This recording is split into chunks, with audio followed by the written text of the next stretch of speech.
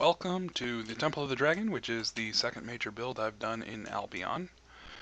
This is obviously supposed to be part of a much larger city. This city is also obviously not yet built. Yeah, because building things is hard. But, Temple of the Dragon, it's new, it's cool, it's a thing. One of the cookie cutter fortresses off to the right over there, but the Temple of the Dragon is completely brand new. So, as you can see, we have kind of, I suppose these are supposed to be vertebra from the back of the dragon. Maybe? Question mark? I don't know. They look cool, so I put them there. And this is the gatehouse to the Temple of the Dragon. But as you can see, it has lovely doors. The doors are closed, so let's go open the doors. Helps if I open the doors first. Alright then, open doors. Walk into the moat. Well, not into the moat, but into the bridge, over the moat. And this is the separation, the river. Now, if I were being really, really fancy, the bridge would withdraw and all that fun stuff, but no, just you have a moat, and it has gates on either end. These gates are independent from those gates. You can open and close them separately, which kind of makes sense. And this is the Temple of the Dragon. It's kind of large.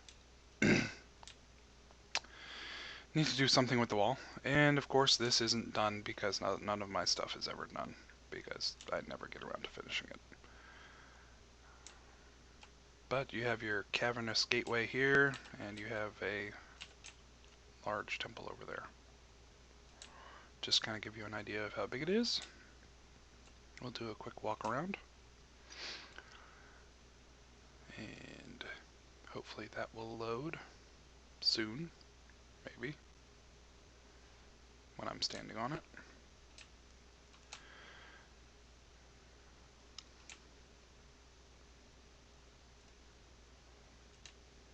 There it goes.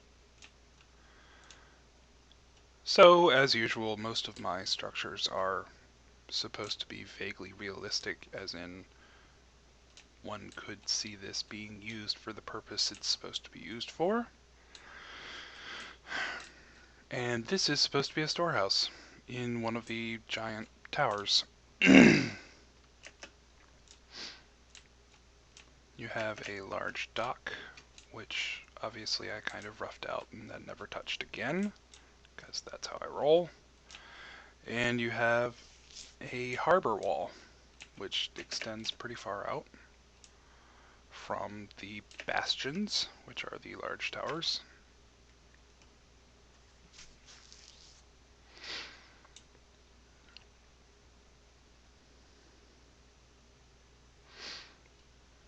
Now the interesting thing is my main build is closer than I thought it was, and this is actually only a few sectors away from bumping up against the harbor of City Goidelic. So, whoops. Anyway, if we fly back, you can see these are the large towers. You have the gateway and the guard area for the harbor. Been meaning to put some kind of decorative something or other in between the two towers. Never quite got around to finishing it. Yep, that's about how it is. Alright. Clearly there's supposed to be a gate here, and there isn't. Working on that too. But, if we walk back around, you can see it's basically a mirror image.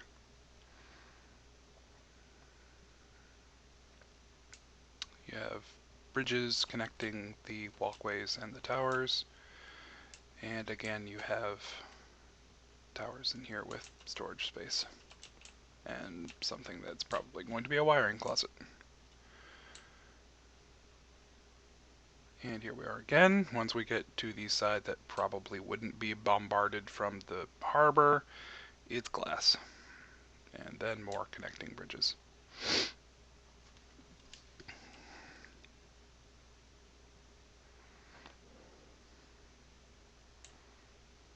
If you walk around, you can see the front of the building. And in we go. Yes, this is a door. I really like the ceiling. The ceiling was one of those things where it's like, ooh, colored clay.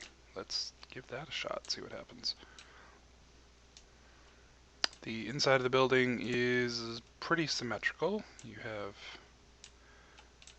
column talls on both sides, and you have the large colored ceiling lobby, and in the back you have a throne room.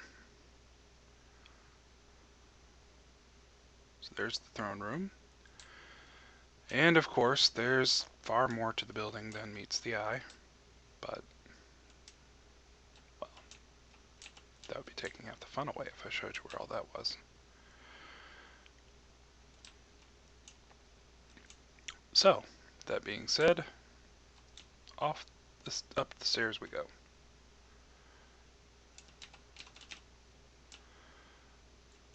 So, second floor is just an overlook of the first floor, basically. You have a little bit of kind of assembly areas, and you have a guardhouse. The guardhouse can actually get you out into the gallery going around the building, which is interesting. And then you can go over here, same thing. And you can see here's the column hall again. So, back up the stairs again. Not really super happy with how the stairs turned out, but oh well. This is the next major floor of the building. And as you can see, it has a wood lattice going on. And the cut through, the pass through from the first floor continues all the way up to the top floor. But this floor is basically a meeting hall, assembly area, blah blah blah. You can walk out and you can see the towers, and you can see this nice little walk around bit.